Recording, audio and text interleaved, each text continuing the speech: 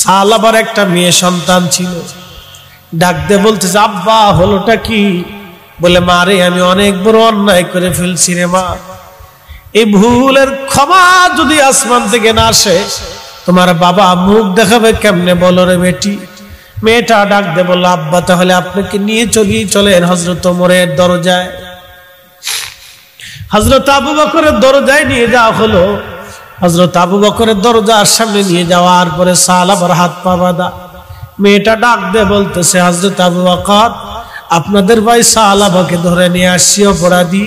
হযরত আবু বকর ডাক দিয়ে বলল, সালাবারে দূর হয়ে যা, তুই এমন আমানত নষ্ট করে দিয়েছিস, আমার দরজায় তোর কোনো জায়গা হবে না। সালাবা চলে যা, আমি আবু বকরের দরজায় তোর কোনো জায়গা হবে না রে সালাবা।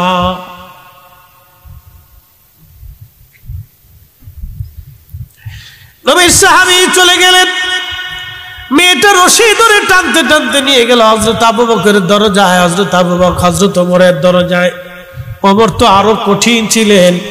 হযরত সালাবার কথা শোনার পরে তেলে আগুনে জ্বলে উঠে বলেন, দূর হ, সালাবা যেন আমার দরজার সামনে না আসে, ওকে বের করে দে, আমার ওমরের দরজার কোনো জায়গা আজ হবে না। নিয়ে চলে গেল হযরত উসমান আলীর দরজায়। তারাও দুইজন তাড়িয়ে দিল, বলল, না, সালাবার দরজা আমাদের দরজায় কোনো জায়গা হবে না, তার পক্ষে আমরা কিছু বলতে পারবো না। তখন সালাবা ডাকতে বলল, বেটি রে, সবার দরজা থেকে সরাই দিল, আমার নবীর দরজায় নিয়ে চলো। টানতে টানতে আল্লাহর হাবিবের দরজায় নিয়ে যাওয়া হলো। আল্লাহর নবীর কাছে দরখাস্ত করার পরে নবীজি বললেন, দেখো, সালাবার অপরাধ বড়, আসমান থেকে ফয়সালা না আসা পর্যন্ত আমার দরজায় সালাবার জায়গা হবে না। ইস, সালাবা একটা দৌড় দিয়ে আবার পাহাড়ে চলে গেল। পাহাড়ে যে সালাবা কাদের বলে, ইয়া রাব্বি, ইয়া আল্লাহ, আবু বকরের দরজায় গেছি, ফেরত পাঠাই দিচ্ছে। ওমরের দরজায় গেছি, আমারে ফেরত পাঠাইছে। উসমান আলীর দরজায় গেছি, ফেরত পাঠাইছে। তোমার হাবিবের দরজায় ফেরত গেছি, তোমার হাবিব আমাকে নিরাশ করে দিয়েছে। ইয়া রাব্বি, তোমার সালাবা তো অন্যায় করে ফেলছে গো আল্লাহ, তোমার দরজা ছাড়া তো আর কোনো দরজা আমার নাই। আল্লাহ, ওই দরজা থেকে যদি ফিরাই দাও, সালাবা ধ্বংস হয়ে যাবে। আল্লাহ, তোমার সালাবা মাফ চায়, আল্লাহ আমারে মাফ করে দাও, আল্লাহ আমার ভুল হয়ে গেছে। একবার জোরে বলা যাবে কি মারহাবা? তারা সাহাবী, প্রিয় নবীর সাহাবী সালাবা রাদিয়াল্লাহু আনহু পাহাড়ে যাইয়া, বিজবন পাহাড়ে যায় তিনি এইভাবে কাঁদতেছিলেন, খেয়ে না খেয়ে কাঁদতেছে। সালাবা দুর্বল হয়ে গেছে, বহুদিন খাওয়া দাওয়া নাই। খাওয়া দাওয়া না করে একাধারে কান্দে, আল্লাহ ভুল করে ফেলছি। ভুলটা কি? জেনা করে নাই, শুধুমাত্র হাতটা চেপে ধরছিল, শুধুমাত্র তার মুহাজির ভাইয়ের স্ত্রীর হাতটা চেপে ধরেছিল, আর কেমন কিচ্ছু করে নাই, শুধু হাতটা ধরে বসছে। আর মহিলা বলে ফেললো, সালাবা আল্লাহকে ভয় করো, আমার স্বামী আমাকে তোমাদের কাছে আমানত দিয়ে গেছে, তিনি আল্লাহর পথে জিহাদে চলে গেছে। ও সালাবা, তুমি করতেছো কি? আল্লাহকে ভয় করো। একটা কথা বলার সঙ্গে সঙ্গে সালাবার হাত পাগুলি কাঁপা শুরু হয়ে গেল। হায় হায় হায় হায়, করলাম কি সর্বনাশ আমার জীবনে হয়ে গেল। একসাথে বলবেন আল্লাহু আকবার। আরো জোরে বলেন, আরো জোরে। প্রিয় উপস্থিতি হাজিরিন, খুব মনোযোগ দিয়ে কথাগুলি শুনবেন। প্রিয় নবীর সাহাবী সালাবা কাঁদতেছিল। আল্লাহর আকাশে খোদার রহমতের দরিয়ায় জোশ লেগে গেল। আল্লাহ রাব্বুল আলামিন জিবরাইলকে পাঠাইলেন, যে আমার হাবিবকে বলো। জিবরাইল এসে সালাম দিলেন, ইয়া রাসূলুল্লাহ, আল্লাহ জানতে চাইছে মানব জাতিকে আপনি বানাইছেন না আল্লাহ বানাইছে? একসাথে বলেন আল্লাহু আকবার। হাবিব, মানব গোষ্ঠীকে আপনি বানাইছেন না আল্লাহ বানাইছে? বলে, জিবরাইল, আল্লাহ বানাইছে। ইয়া রাসূলুল্লাহ, তাহলে আপনি সালাবার সুসংবাদ দিয়ে দেন, আল্লাহ তারে মাফ করে দিচ্ছে। সুবহানাল্লাহ। আরো জোরে বলেন সুবহানাল্লাহ। ওয়াকাযালিকা নুরি ইব্রাহিম মালাকুতাস সামাওয়াতি ওয়াল আরদি ওয়ালিয়াকুনা মিনাল মুকিনিন।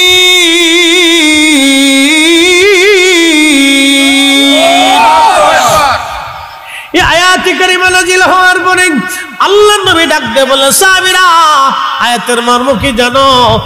কি বলবো, কোন ভাষায় বললে যে আপনারা বুঝবেন? কেন বৃষ্টি হবে বলেন তো?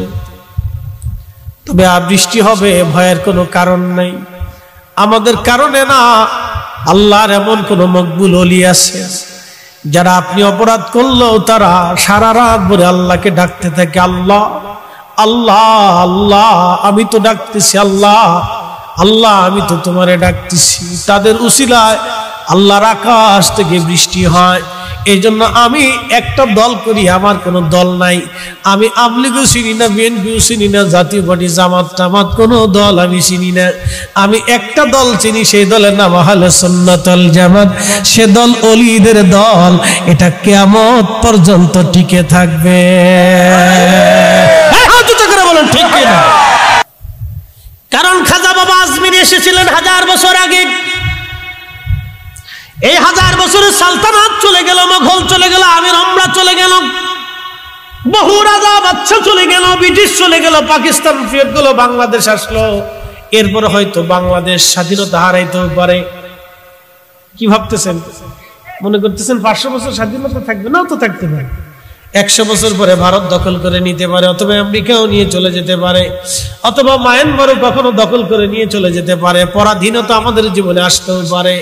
কিন্তু একটা কথা মনে রাখবেন, যেই দল থাকে থাকুক, না থাকে না থাকুক, আমির ওমরা, রাজা বাচ্চা, রাজা রাজা রাজ্জাদেরা সব চলে যাবে। এই আইন আদালত নাও থাকতে পারে, এই গণতন্ত্র পদ্ধতি নাও থাকতে পারে, নতুন কোন পদ্ধতি আসতে পারে, কিন্তু খাজা বাবা আজমিরি রহমাতুল্লাহ আলাইহি, সুলতান শাহজালাল ইয়ামানি মুজাদ্দিদ রহমাতুল্লাহ আলাইহি, হুজুর খাওয়াদ্দিন নকশবন্দ বুখারী রহমাতুল্লাহ আলাইহি, হযরত মুজাদ্দিদ আল ফিসানি সিরহিন্দি রহমাতুল্লাহ আলাইহি, কাদেরিয়া, চিশতিয়া, নকশবন্দিয়া, মুজাদ্দিদিয়া, এটা কিয়ামত পর্যন্ত জমিনে টিকে থাকবে। কথা কন না কেন?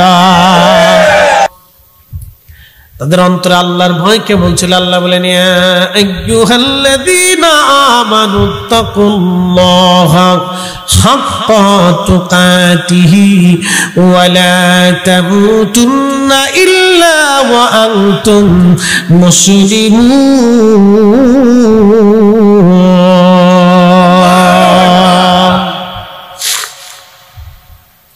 হে ঈমানদার, তোমরা আমি আল্লাহকে ভয় করো, ভয় করার মতো তোমরা ভয় করো, ভয় করার মতো তোমরা ভয় করো, ভয় করার মতো ভয় করো।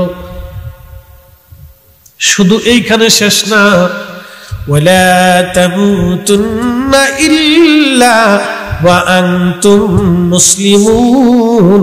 মুসলমান না হয়ে মরো না, মুসলমান হয়ে কবরে আসো। মুসলমান না হয়ে মরো না, মুসলমান হয়ে কবরে আসো।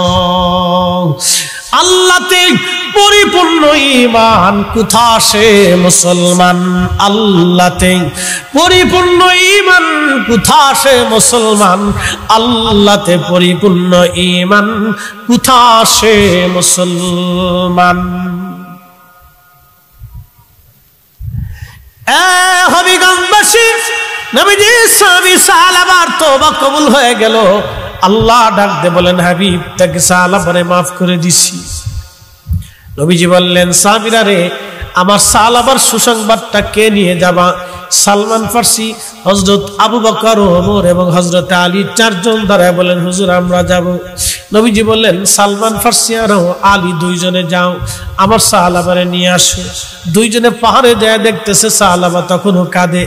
ডাক দিয়ে বলল, সাহাবারে সুসংবাদ গ্রহণ করে নাও, আমার রব আমার আল্লাহ তোমারে মাফ করাই দিয়েছে, আমার রাসূল তোমাকে মদিনার মসজিদে তলব করেছে। একবার জোরে বলা যাবে কি মারহাবা? সাহাবাকে নিয়ে আসতে আসতে ফজরের আযান পড়ে গেল। আসসালাতু খায়রুম মিনান নাওম।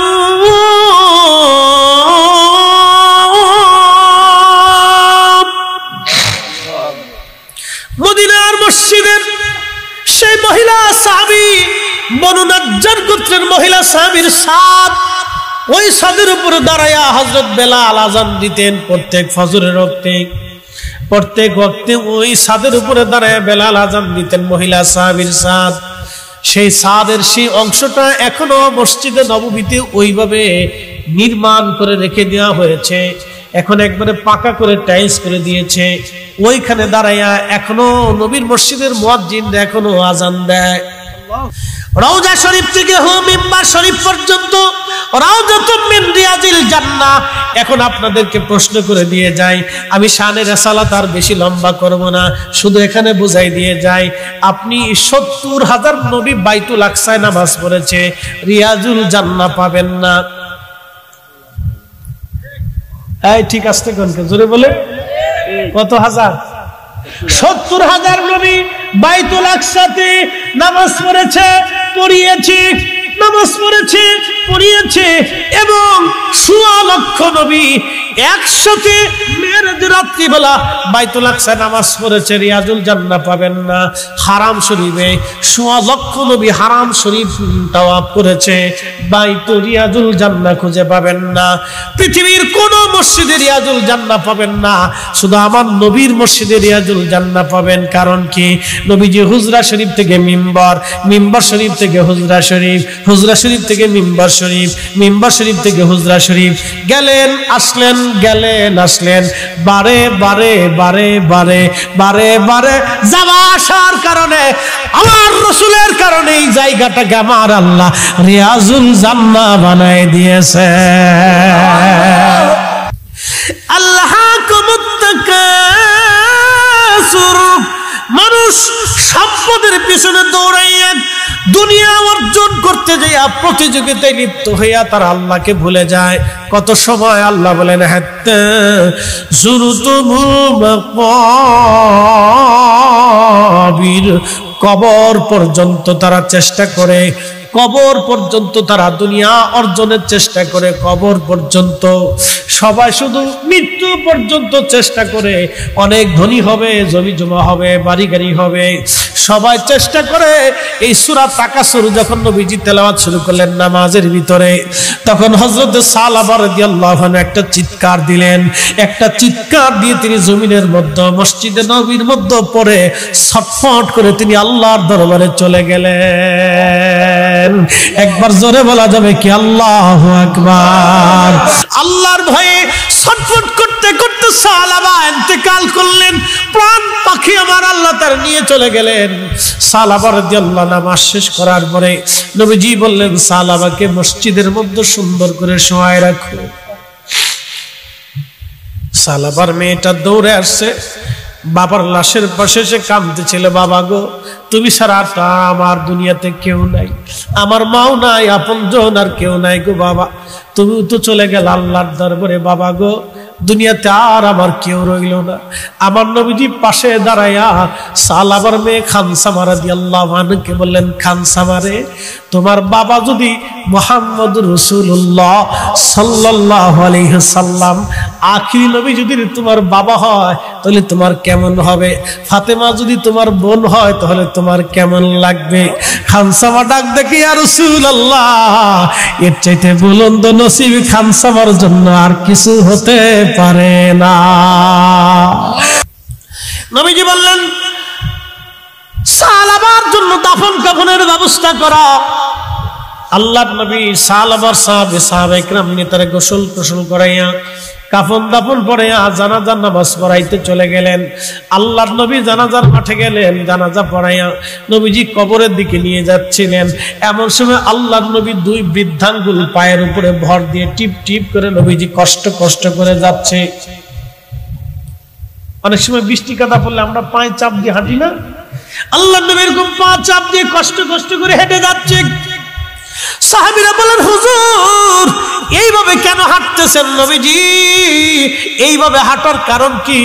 আল্লাহর নবী ডাক দিয়ে বললেন, সাহাবীরা রে, আমার সালাবার তওবা আল্লাহর দরবারে এমন ভাবে কবুল হয়েছে, আমার আল্লাহ তারে এমন ভাবে কবুল করে নিছে, তার জানাজাতে এত পরিমাণে ফেরেশতা উপস্থিত হয়েছে, আমি নবী পা রাখার জায়গা খুঁজে পাইতেছি না। এই চিৎকার করে বলেন আল্লাহু আকবার। আশিকি রাসূলের ইন্তেকালে তার জানাজায়, শহীদদের জানাজায়, আল্লাহ ওয়ালাদ আল্লাহর ওলিদের জানাজায় অসংখ্য ফেরেশতারা উপস্থিত হয়। প্রিয় নবী ডাক দিয়ে বলতেছে, সাহাবীরা এত পরিমাণে ফেরেশতা, আমি নবীজি পা রাখার মতো জায়গা পাচ্ছিলাম না গো। আল্লাহ তার তওবা এমন ভাবে কবুল করছে, আল্লাহ তার এমন ভাবে মাফ করে দিয়েছে, আল্লাহ তার কান্না এমন ভাবে কবুল করছে রে। আমার সাহাবার জানাজাতে এত পরিমাণে ফেরেশতা আসছে, জমিনে পা ফালানোর মতো জায়গা না। এরা মুসলমান, তারা সাহাবী সাহাবী সাহাবী, তারাও মুসলমান, আমরাও মুসলমান, দিন রাত তফাৎ। তারাও ইমানদার, আমরাও ইমানদার, দিন রাত তফাৎ। তারা মুসলমান মুসলমান, তাদের পরনে জুব্বা ছিল না, কিন্তু হৃদয়ে অন্তরে ঈমান ছিল। আজ থেকে 50 বছর আগে আমাদের বাংলাদেশে বহু মুসলমান ছিল বাবা, একটা টুপি মাথায় দিতে দিতে টুপিটা কালা হয়ে গেছে।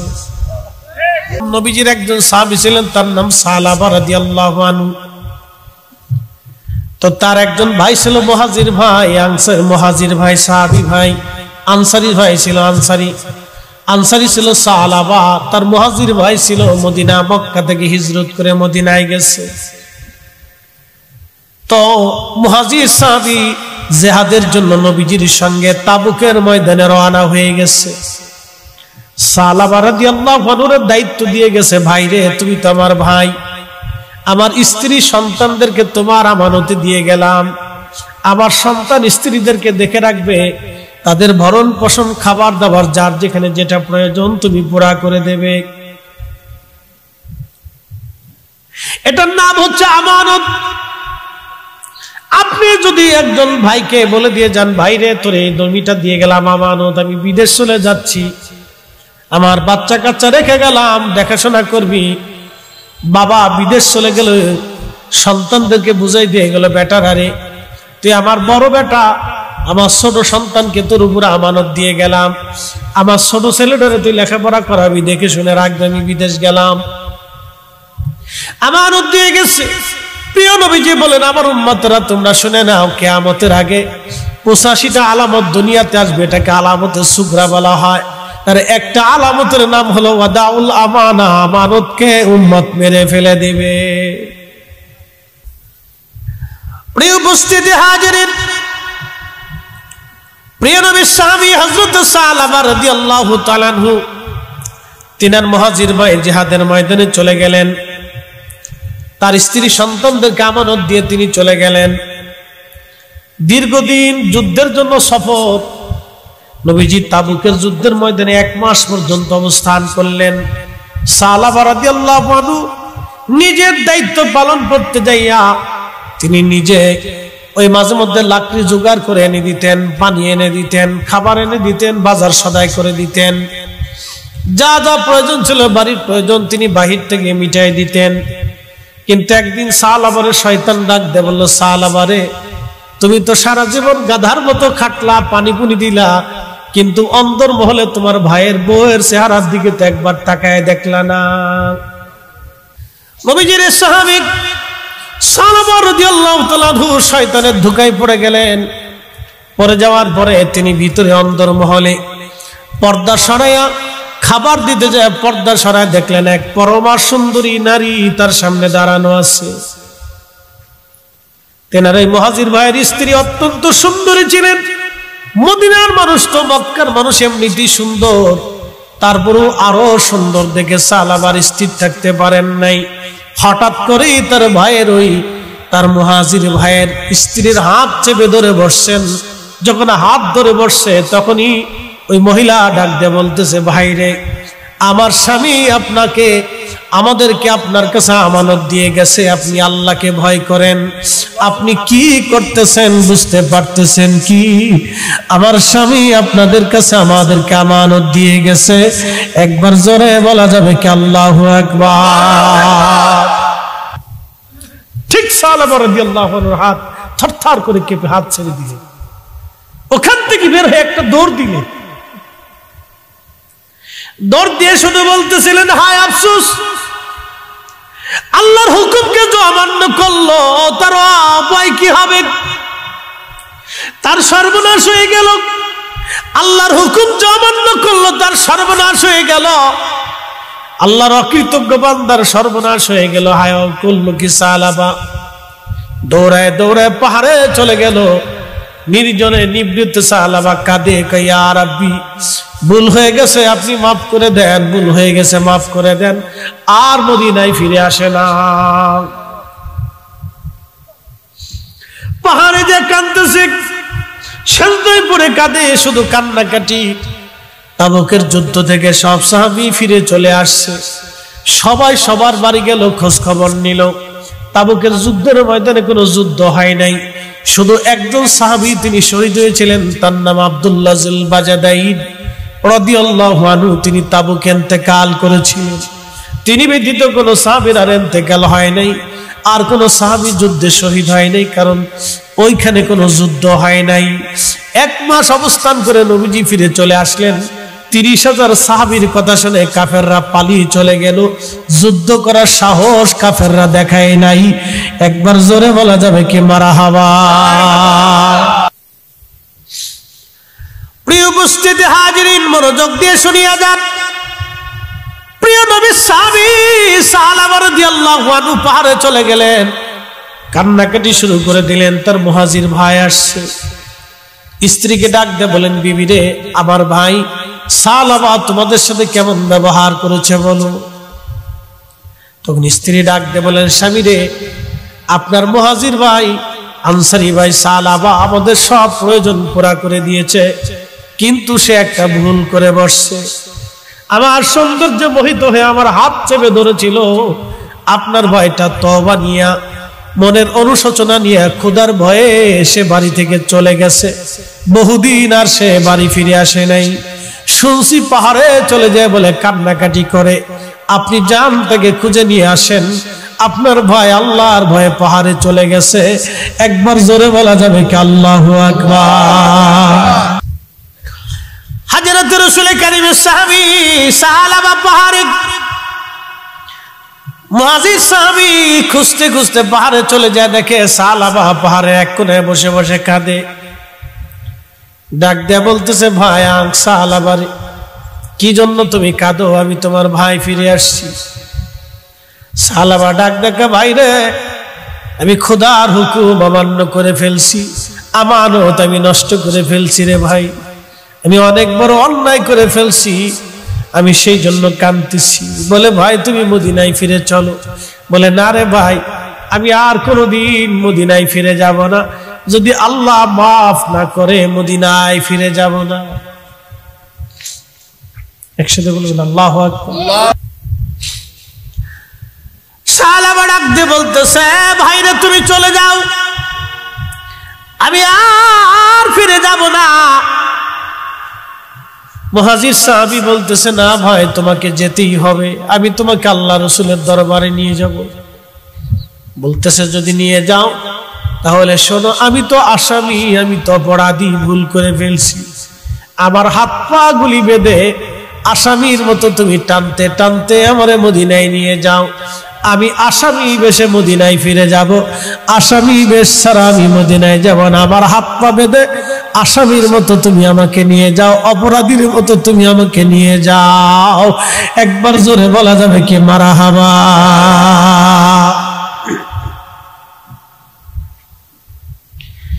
হাত বাঁধা হলো, হাত পা গুলি বেঁধে ধরে টানতে টানতে পাহাড় থেকে নিয়ে আসছে মদিনায়। লা ইলাহা ইল্লাল্লাহু মুহাম্মাদুর রাসূলুল্লাহ সাল্লাল্লাহু আলাইহি ওয়াসাল্লাম। পাইকপাড়া কেন্দ্রীয় জামে মসজিদের বার্ষিক তাফসীরুল কোরআন মাহফিল সুন্নি মহাসম্মেলনের সম্মানিত সভাপতি জনাব হযরত মাওলানা হুসাইন আহমদ নোমানী সাহেব, পাইকপাড়া কেন্দ্রীয় জামে মসজিদের মোহতারাম খতিব জনাব মোহাম্মদ ফারুকুল ইসলাম আনসারী সাহেব, পাইকপাড়া মসজিদের সম্মানিত সভাপতি এবং আজকের আমার আগে যিনি অত্যন্ত চমৎকার করে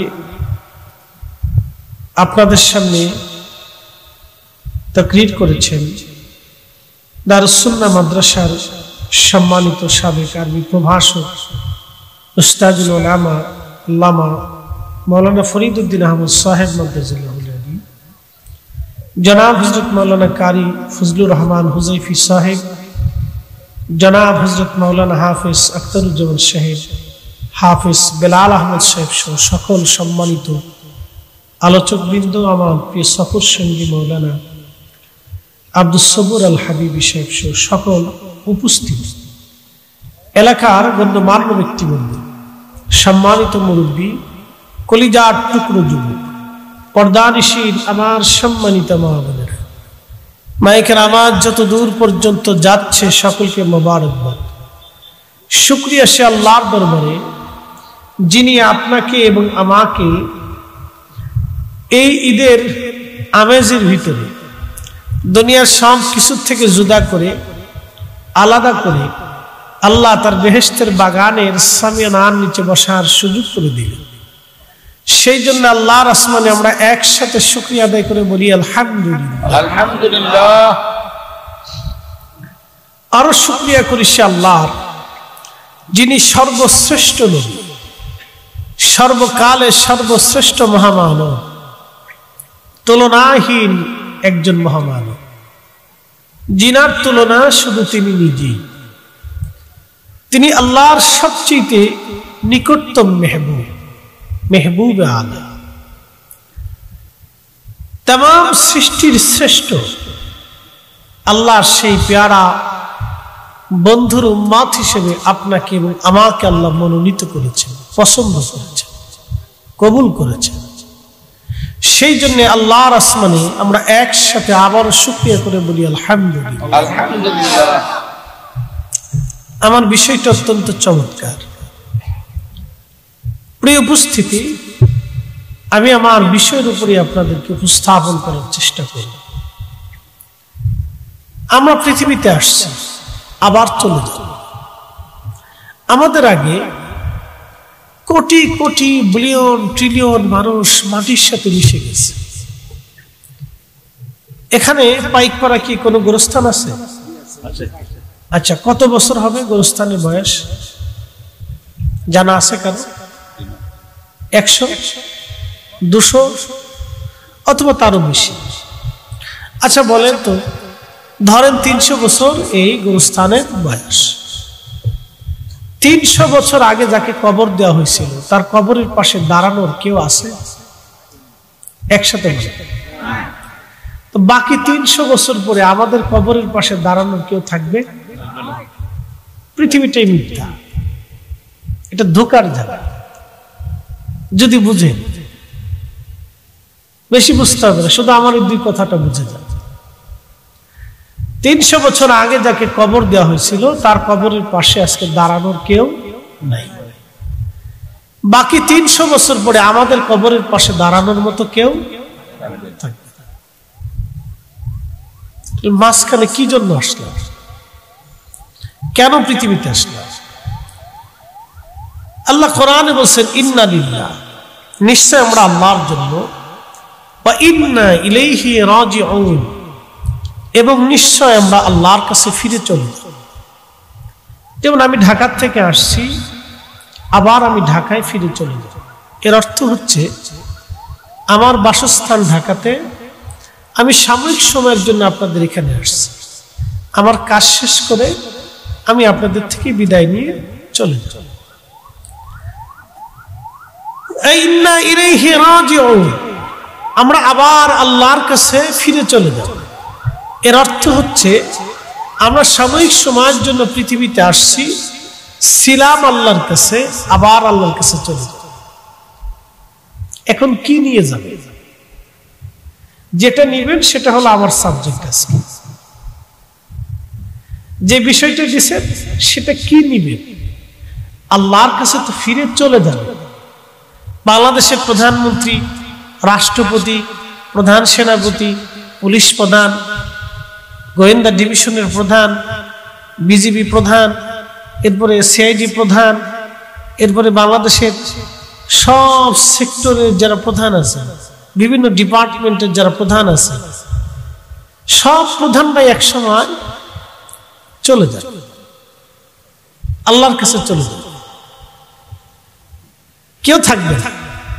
পৃথিবীর বড় বড় সাহিত্যিক, কবি, দার্শনিক, জ্ঞানী, আবিষ্কারক, বড় বড় রাজ্যাধিপতি, বড় বড় যোদ্ধারা মাটির সাথে বিস্মার হয়ে মিশে চলে গেছে। কারণ হাড় গরুর খুঁজে পাওয়া যায় না। তা আমরা কি নিয়ে যাব? আমরা তো চলে যেতেই হবে, থাকার তো কোনো সুযোগ নেই। আছে কি? একসাথে বলেন, আছে কি? থাকার তো কোনো সুযোগ, কোনো অপশন নেই। পৃথিবী বিক্রি করে দিল, সারা পৃথিবীর সমস্ত শক্তিও আপনার পিছনে দাঁড়ালেও আপনার সুযোগ নেই।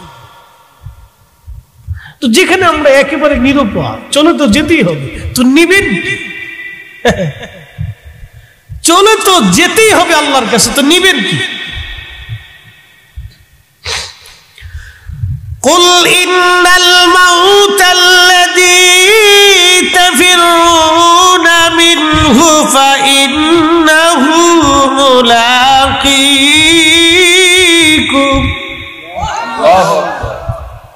কুল হুজুর আপনি বলে দেন, কুল হুজুর আপনি বলে দেন, ইন্নাল মাউতাল্লাযী তাফিরুনা মিনহু, মৃত্যু থেকে আমার বান্দারা খালি পালাইতে থাকে। ভারত সরকার বলল আমরা বাঙালিদেরকে চিকিৎসা দিব। আচ্ছা, তারা চিকিৎসা না দিলে কি আমরা মরে যাব? আচ্ছা, তারা চিকিৎসা দিলে কি আমরা চিরদিন বেঁচে থাকবো? তো দিলেই কেন না দিলে কি কথা কর না কেন? এখন বর্তমান প্রশাসক সরকার চিন্তা করলো তো ভারত দেবে না, তো আমরা চীনে চলে যাব। আচ্ছা, চীনের চিকিৎসা নিলে কি বাংলাদেশের মানুষ 500 বছর বেঁচে থাকবে? তাহলে দিলেই কেন না দিলে কি কথা কর না কেন? চীনে চিকিৎসা করলেই কেন না কেন? বেঁচে তো থাকতে পারবো, পারবো কি? তো পারবো তো। আল্লাহ বলছেন মানুষ মৃত্যু থেকে পালায়, তো পালাইতে পালাইতে বহু চেষ্টা করে যে মৃত্যু থেকে পালাই, বেঁচে থাকি বেঁচে থাকি। ফাইন্নাহু মুলাকিকুম, হুজুর বলে দেন মৃত্যু তার সাথে মোলাকাত করে, শেষ। মৃত্যু আমাদের সাথে কি করবে? মোলাকাত করবে। এই কথা যদি কেউ বুঝে তাহলে সে অন্যায় করতে পারে। এই শব্দটুকু কেউ যদি হৃদয়ে গেঁথে নেয় তাহলে সে চুরি করতে পারে না, ডাকাতি করতে পারে না, মানুষের জমি দখল করতে পারে না, সুদ খেতে পারে না, ঘুষ খেতে পারে না, অন্যায় করতে পারে না, জুলুম করতে পারে না। কথা বলেন ঠিক না? শুধু এই কথাটুকু যদি কেউ হৃদয় থেকে বুঝে নেয়, আমাদের এত আজ করা লাগে।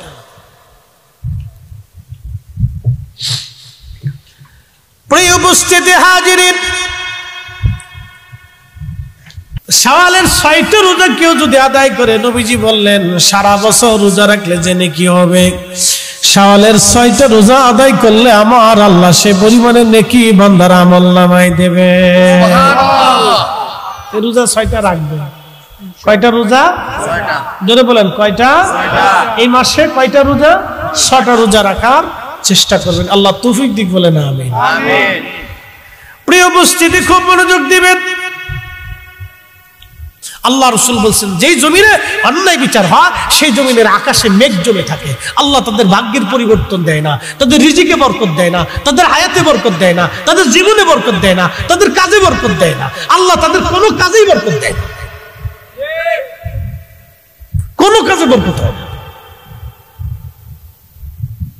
আপনি আফসোস করেন ইউরোপিয়ানরা এত ধনী কেন? যায় দেখেন ওরা ধনী, ওরা অর্ধ হাফ প্যান্ট পরে ঘুরে, কিন্তু খাবারে বিষ মিশে না, ওরা মিথ্যা সাক্ষ্য দেয় না, জীবনে ওরা মিথ্যা সাক্ষ্য দিবে না। আর বাংলাদেশে 5 ওয়াক্ত নামাজ পড়ে 500 টাকা দিলে মিথ্যা সাক্ষ্য দিয়ে চলে আসে। সুরার ঘরে সুরা। আপনি ইউরোপে চলে যান, যারা ইউরোপ থাকে ওদের কাছে জিজ্ঞেস করে, ওদের মেয়েরা হাফ প্যান্ট পরে রাস্তায় চলে কিন্তু মিথ্যা সাক্ষ্য দিবে না। ওরা মিথ্যা কথা বলে, অন্যায় কাজকে প্রশ্রয় দেয়। আর আমার দেশের মেয়েরা নামাজ কালাম পড়লেও শাশুড়ির খাবার দিবার চায় না। এই কি কথা কর না, শ্বশুরের খাবার দিতে চায়, শতান কোথাকার। সামাজিক ভাবে আমরা একটা বদ্ধ প্রাণী হয়ে গেছি। কি ওয়াজ শিখাবো, কি ওয়াজ করবো নিজেও করবে। কত ওয়াজ আমাদের বাকি এখনো, কত কিছু শিখার বাকি আমাদের এখন, কত কিছু বোঝার বাকি আমাদের এখন। মাফ করে কে? রহমান কে? এখানে বহু মানুষ আছে জোহরের নামাজ পড়ে নাই, আসরও পড়ে নাই, মাগরিবও পড়ে নাই, এশার নামাজও পড়ে নাই। জোরে বলেন। এখানে বহু লোক আছে অনেকে রোজাও রাখে নাই ঠিক মতো। এখানে বহু লোক আছে অনেকে ঠিক মতো রোজাও রাখে নাই, ঠিক মতো জুমার নামাজও পড়ে না। বলেন আল্লাহ কি বৃষ্টি বন্ধ করে দিয়েছে? বৃষ্টি হয় না? হয়তো না হইলে তো দুর্ভিক্ষ হয়ে দিত। ভয় নাই, বৃষ্টি হবে। যদি ব্যাঙে ডাকে তাহলে বৃষ্টি হবে, চিন্তার কারণ নাই। ব্যাঙে ডাক দিবে, অসুবিধা নেই। আপনার আমার দোয়ায় বৃষ্টি হয় না, ও সাতাল চিন্তা করে নেব। গত বছর বৃষ্টি হয় না বহু লোকে নামাজ পড়ছে, এই কোনায় নামাজ পড়ে, কোনায় নামাজ পড়ে, বৃষ্টি হয় না। কেন হয় না জানেন? এই গ্রামের এই 10 জনে নামাজ পড়ে, 3 জনে নামাজ পড়ে, 6 জনে ভিডিও করে। শয়তান হাসে আর কয় বাপ রে বাপ, কি নামাজের নামাজ। 10 জনে নামাজ পড়ে, 2 জন ভিডিও করে। আর 4 জন সায়েসে বসে বসে দেখে এরা কি করে। 3 জন মুনাজাত করে, একজনে কান্দে, 2 জন আসে। শয়তানকে কি করে? পাগল হইছে। এতেই সালাতুল ইস্তিসকায় বৃষ্টি হয় না। বৃষ্টি নামাইতে হলে এই অঞ্চলের শহরের সব মানুষ একটা মাঠে জমাইতে হয়ে তওবা করতে হবে, মাপ চাইতে হবে। আল্লাহ আমরা ভুল করে ফেলছি, মাফ করে দেন। তাহলে দেখবেন আল্লাহর আকাশ থেকে একবারে 10 মিনিটের ভিতরে বৃষ্টি আসবে। নতুবা হবে না, নতুবা হবে না। 10 মিনিটে বৃষ্টি। এই শহরের সব মানুষ আসবে। 3 জন আইব, 6 জন আইব না, 6 জন আইব, 9 জন আইব না, তা হবে না। সবাইকে আসতে এসে তওবা করেন, মাফ চান, দেখবেন বৃষ্টি এসেছে। আমাদের দোয়ায় বৃষ্টি হয়। বলে হুজুর কেন বৃষ্টি হয়? কেন বৃষ্টি হবে বলেন তো? কি করে বৃষ্টি হবে? যে দেশের প্রত্যেক মিনিটে একটা করে নারী ধর্ষিত হয়, দেশ বৃষ্টি কি করে হয়? ছি ছি, লজ্জা করা উচিত। কত নিকৃষ্ট কাজ। কখনো তোমাকে যদি ভুলি, হেদায়েতের আলো জেনে নিয় কাছে তুলি, ঠাই দিও প্রিয়তম অগম, ঠাই দিও প্রিয়তম অগমহিয়ান। তুমি রহমান, তুমি মেহেরবান। অন্ধ গাহে না শুধু তোমারি গুণগান, অন্ধ গাহে না শুধু তোমারি গুণগান। বুঝেও বুঝে না তবু শান, তুমি রহমান, তুমি মেহেরবান। আল্লাহুম্মা সাল্লি আলা, জবান খুলে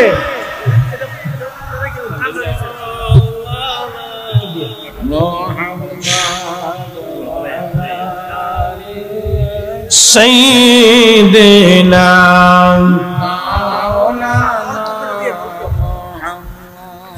আপনাদের বুঝতে কি কোনো অসুবিধা?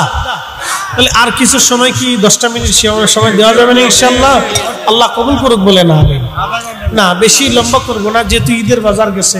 তারপরে আবার কালকে জুমা আছে, আমারও জুমা পড়াইতে হবে, ব্যস্ততা আছে। তো ইনশাআল্লাহ আপনাদেরকে একেবারে কম সার্ভিস দেবো না, যতটুকু বোঝানোর প্রয়োজন আমি চেষ্টা করবো আপনাদের রুহের খোরাক দেওয়ার জন্য। আল্লাহ আমাদেরকে ইমানে আমলে পরিপূর্ণ করে দিক বলে না আমিন। আর একটু জোরে বলেন আমিন। আল্লাহ মঞ্জুর করুন। তো সালামা রাদিয়াল্লাহু আনহুকে নিয়ে আসতেছে, দেখেন মুসলমান হবিগঞ্জবাসী পাইক পরামর্শী নবীজি সাহাবী সাহাবাকে দ্বারা নিয়ে আসলো, আজান দিলেন হযরতে বেলাল। মসজিদে নববীতে নামাজ শুরু হয়ে গেল। দুইজন সাহাবী সাহাবাকে নিয়ে আসার পরে সাহাবা সবার পিছনের কাতারে দাঁড়াইলেন। নবীজি সূরা পড়তেছিলেন। সূরা ফাতিহা পড়ার পরে নবীজি আল্লাহুম্মা তাকাসুর শুরু করলেন। আল্লাহুম্মা তাকাসুর হাত্তা যুরতুমুল মাকাবির। আল্লাহু আকবার। একদিন মাটি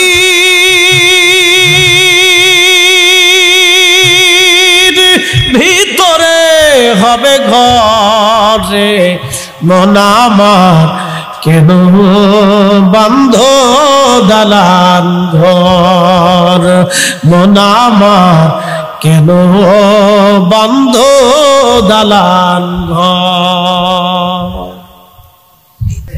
কি কথা কর না কেন? সরিষার তেল দিতাম আগে, ছোটকালে দিতেন না আপনারা? আমাদের বাপসা ছাড়া দাদারা কি দিত? সরিষার তেল দিত। একটা টুপি ছিল, 30 বছরের এক টুপি, মাথায় দিতে দিতে সর্ষের তেল লাগতে লাগতে ওটা তিলে পড়তে পড়তে কালা হইতে হইতে কালা হয়ে গেছে। নামাজ পড়তে পড়তে ধুলার মধ্যে তারা সেজদা দিত, নামাজ ছাড়তো না। তাদের খাবার ছিল হালাল, টুপি ছিল হালাল, পোশাক ছিল হালাল। এখন আপনাদেরকে একটা প্রশ্ন করি, ফরিদ সাহেবের পাগড়ি খুব সুন্দর, কিন্তু সুদের টাকা দিয়ে কিনা, কোন দাম আছে? একসাথে বলে আরো জোরে বলে। আরেকজন বান্দা, সে হতদরিদ্র, তার কিচ্ছু নাই, তার টুপিটা কালা, তেল লেগে বিভিন্ন কারণে টুপিটা কালা হয়ে গেছে, জায়গায় জায়গায় তালি দেওয়া, সিরা, সে ওই টুপি মাথায় দিয়ে আল্লাহর সেজদা দেয়, কিন্তু টুপি হালাল, তাহলে তার টুপিটাই আল্লাহর কাছে দাম বেশি। কথা কন ঠিক কিনা? তারটাই দাম। এই সুন্দর পাগড়ি যত যত সুন্দর করে মাথায় দেন, যদি হালাল না হয় তাহলে 4 পয়সাও দাম নেই। হ্যাঁ, জোরে বলেন, জোরে বলেন। 4 পয়সাও দাম নেই। এবার বুঝে গেছেন কি জিনিস নিয়ে কবরে যেত, কি নিয়ে যেতে হবে। এত সময় পর্যন্ত আপনাদেরকে বুঝাইলাম আমরা কি নিয়ে আল্লাহর কাছে ফিরে চলে যাব, এত সময় পর্যন্ত আপনাদেরকে বুঝাইছি। এই বুঝটা যদি বাড়ি পর্যন্ত নিতে পারেন, তাহলে যারা মাহফিলটা সাজাইছে তাদের সার্থকতা আছে। আমি কষ্ট করে পরিশ্রম করে আপনাদেরকে আমার মেধা দিয়ে বুঝাইছি, আমার কিছু সার্থকতা আছে। যারা টাকা পয়সা দিছে, আপনারা আসছেন, পরামর্শ দিচ্ছেন, আপনাদের সার্থকতা আছে। যদি আমরা বুঝে ওয়াজ বাড়ি নিতে পারি, শুধু শুনে গেলে হবে না, ওয়াজ বাড়ি নিয়ে যেতে হবে, ওয়াজ বাড়ি পর্যন্ত নিয়ে যেতে হবে। রাসূলের একজন সাহাবীর জীবনী আপনাদেরকে শোনাইলাম। আহা, তাদের তওবাটা কত কঠিন ছিল, তার আল্লাহকে কিভাবে খুশি করছে দেখেন। খুশি হয়ে চলে গেল, এত ফেরেশতা তার জানাজাতে আসছে। আল্লাহ রাসূল বলতেছেন, জমিনে এত পরিমাণ ফেরেশতা নাযিল করে দিয়েছেন আল্লাহ তার জানাজাতে, পৃথিবীর কোথাও পা রাখার মতো আমি জায়গা খুঁজে পাচ্ছি। আল্লাহু আকবার। না না, জোরে বলেন আল্লাহু আকবার, আল্লাহু আকবার। প্রিয় নবী বললেন, সাহাবীরা রে, আমার সালাবার জানাজাতে এত পরিমাণ ফেরেশতা আসছে, আমি পা রাখার মতো কোনো জায়গা পাচ্ছি না। এই জন্য আমি কোথায় পা ফেলবো, সতর্কতার সাথে পা ফেলতেছি। তওবা, তওবা, ভয় নেই, আল্লাহ মাফ করে দেওয়ার ওয়াদা করছে। একসাথে বলুন তো আল্লাহু আকবার। আল্লাহু আকবার ওয়া লিল্লাহিল হামদু। বিসমিল্লাহির রাহমানির রাহিম। আল্লাহু আকবার। কুল ইয়া ইবাদিয়াল্লাযীনা আসরাফু আলা আনফুসিহিম লা তাকনাতু মির রাহমাতিল্লাহ। আল্লাহু আকবার। রব্বুল আলামিন বলেন, হে আমার হাবিব, আমার বান্দাদেরকে বলে দেন, তারা যত গুনাহ করুক না কেন, গুনাহ করতে করতে করতে করতে সাগর পরিমাণ হয়ে গেল। পৃথিবীতে 7টা মহাসাগর আছে, তার একটা মহাসাগরের নাম হচ্ছে আটলান্টিক মহাসাগর। এই মহাসাগরের অতল গহ্বরে কোনো জাহাজ যেতে পারে না। এটা অত্যন্ত ভয়ঙ্কর একটা সাগর, খুব উত্তপ্ত সাগর, এটা সব সময় সাগরের মধ্যে ঢেউ বড় বড় হয়। সাগর খুব উত্তপ্ত সাগর, এটা প্রশান্ত মহাসাগর যেটাকে বলা হয়। আটলান্টিক মহাসাগর পৃথিবীর সবচেয়ে একেবারে উগ্র সাগর। এই সাগরের একটা ট্রায়াঙ্গেল অঞ্চল আছে যেখানে কোনো জাহাজ আজও পর্যন্ত যে আর ফিরে আসে নাই। ওই সীমানার মধ্যে কোনো জাহাজ যদি পড়ে, কোনো জাহাজ যেতে পারে না। কোনো বিমান যদি ওই সীমানার মধ্যে যায় তো বিমান পর্যন্ত টেনে নিয়ে চলে যায়। একসাথে বলবেন আল্লাহু আকবার। বিমানও পর্যন্ত ওর উপর দিয়ে যেতে পারে না। কোন বড় জাহাজও, পৃথিবীর সবচেয়ে বড় জাহাজ ওর ভিতরে টিকতে পারে না, এটাকে নিয়ে চলে যায়। এই আটলান্টিক মহাসাগর, এই সাগর পরিমাণ যদি আপনার গুনাহ হয়ে যায়, তারপরে পৃথিবী থেকে আসমানের দূরত্ব পর্যন্ত, গভীরতা পর্যন্ত যদি আপনার গুনাহ হয়ে যায়, এরপরে সপ্তম আসমান পর্যন্ত যদি আপনার গুনাহ হয়ে যায়, সপ্তম জমিন পর্যন্ত যদি আপনার গুনাহ হয়ে যায়, আল্লাহ ডাক দিলেন, হাবিব আমার বান্দাদেরকে বলে দেন, লা তাকনাতু মির রাহমাতিল্লাহ, আমার রহমত থেকে যেন তারা নিরাশ না হয়। ইন্নাল্লাহা ইয়াগফিরুয যুনুবা জামিআ,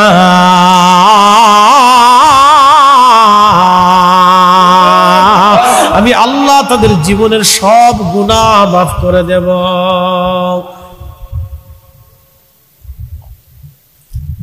বেশ 1 বছর আগে, রমজানের আগের রমজান, এক ভদ্রলোক আমাকে ফোন দিয়েছে।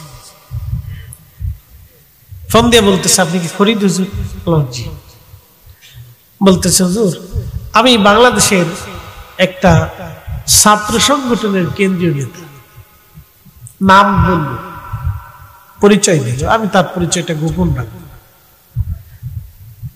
তো বলতেছে, হুজুর আজান শুনলে আমার শরীরে আগুন জ্বলত, আলেম দেখলে আমি সহ্য করতে পারতাম, নামাজ রোজা জিকির ফিকির কি জিনিস আমি বুঝতাম। জীবনে এমন কোন নিকৃষ্ট কাজ নাই যে আমি না করছি। আমাকে বলল, হুজুর আমি তওবা করছি, আপনার একটা ওয়াজ শুনে আমার জীবন পরিবর্তন আল্লাহ করে দিছে। আপনি বেলাল রাদিয়াল্লাহু আনহুর একটা ওয়াজ করেছিলেন, হুজুর যতবার শুনেছি ততবার কেঁদেছি, আল্লাহর কাছে মাফ চাইছি, আমি সব ছেড়ে দিয়েছি। আমি রাজনীতি, অর্থনীতি এই সব ছেড়ে দিয়ে একেবারে নিজেকে ক্ষান্ত করে দিয়ে তওবা করছি, দাড়ি রাখছি, হুজুর 5 ওয়াক্ত নামাজ পড়ি, একটু দোয়া করবেন, ছোট্ট একটা চাকরি খুঁজতেছি, পেয়ে গেলে বাকি জীবন হালাল রুটি রুজি করে কবরে যাওয়ার ইচ্ছা আছে। একসাথে বলবেন আল্লাহু আকবার। হেদায়েত কি আমাদের হাতে? একসাথে বলবেন, আমাদের হাতে নেই, আল্লাহর হাতে। আমি তখন নিজেকে খুব আফসোস করতে লাগলাম, আহা আমারও আসলে একজন নিকৃষ্ট মানুষ উৎকৃষ্ট হয়ে গেল। তখনই আমি আয়াতটা তার শুনে বললাম, প্রিয় ভাই আমার, আল্লাহ আপনাকে মাফ করে দিচ্ছেন, জীবনের সমস্ত গুনাহকে আল্লাহ মাফ করে দিয়েছেন। এক সাহাবী নবীর খেদমতে সে কাঁদতেছে। নবী বললেন, কাঁদো কেন? বলি, ইয়া রাসূলুল্লাহ, ইয়া হাবিবাল্লাহ, আমি আমার নিজের 8টা কন্যা সন্তানকে জীবন্ত কবর দিয়েছি। এ মুসলমান, আমি আমার নিজের 8টা কন্যা সন্তানকে জীবন্ত কবর দিয়েছি। ইয়া রাসূলুল্লাহ, আল্লাহ কি আমাকে মাফ করছে? সাহাবী কাঁদতেছে। নবীজি বললেন, সাহাবী রে, তুমি 8টা কন্যা সন্তান জীবন্ত কবর দিছে, তোমার কি মায়া লাগে নাই? বলে, হুজুর 7টা কন্যা সন্তান জীবন্ত কবর দিছে, আমার একটু মায়া লাগে। কি কঠিন হৃদয়ের মানুষ দেখুন তো। শেষ কন্যা সন্তানটা একটা ছোট্ট ছিল। ইয়া রাসূলুল্লাহ, ওরে যখন কবর দিচ্ছিলাম, জীবন্ত মাটি চেপে চেপে দিচ্ছিলাম, তখন আমার একটু একটু মায়া লাগছে। কত কঠিন হৃদয়ের অধিকারী একজন মানুষ দর্শের সালাতে বসে তার কালকে পরিবর্তন করবে। শুধু পরিবর্তন করেন নাই, খোদার ভয়ে এখন হাওমাও করে শিশু বাচ্চার মতো কাঁদতেছি, ইয়া রাসূলুল্লাহ আমার কি মাফ হবে নি? আমার কি ভুলের ক্ষমা হবে নি? আল্লাহর নবী চোখের পানি ছেড়ে দিয়ে বললেন, সাহাবীরা, আল্লাহর কালেমা গ্রহণ করার সাথে, তওবা করার সাথে আল্লাহ তোমাকে মাফ করে দিছে। সুবহানাল্লাহ। আর একটু জোরে বলবেন আল্লাহু আকবার। তাহলে মাফের দরজা খোলা, একসাথে বলেন মাফের দরজা খোলা আছে। ভয় নাই, ভয় নাই, মাফের দরজা খোলা আছে, ভয় নাই, ফিরে চলে আসে। ওয়া ইন্না ইলাইহি রাজিউন, আমরা আল্লাহর কাছে ফিরে চলে যাব। ফিরে চলে আসেন, ফিরে চলে আসেন, আল্লাহর দরজা এখনো খোলা আছে, আমরা আল্লাহর কাছে ফিরে চলে যাব। ফিরে চলে আসেন, আমরা আল্লাহর কাছে ফিরে চলে যাব। আবার বলি, হে পাইকপাড়াবাসী, ফিরে চলে আসেন, আমরা আল্লাহর কাছে ফিরে চলে যাব।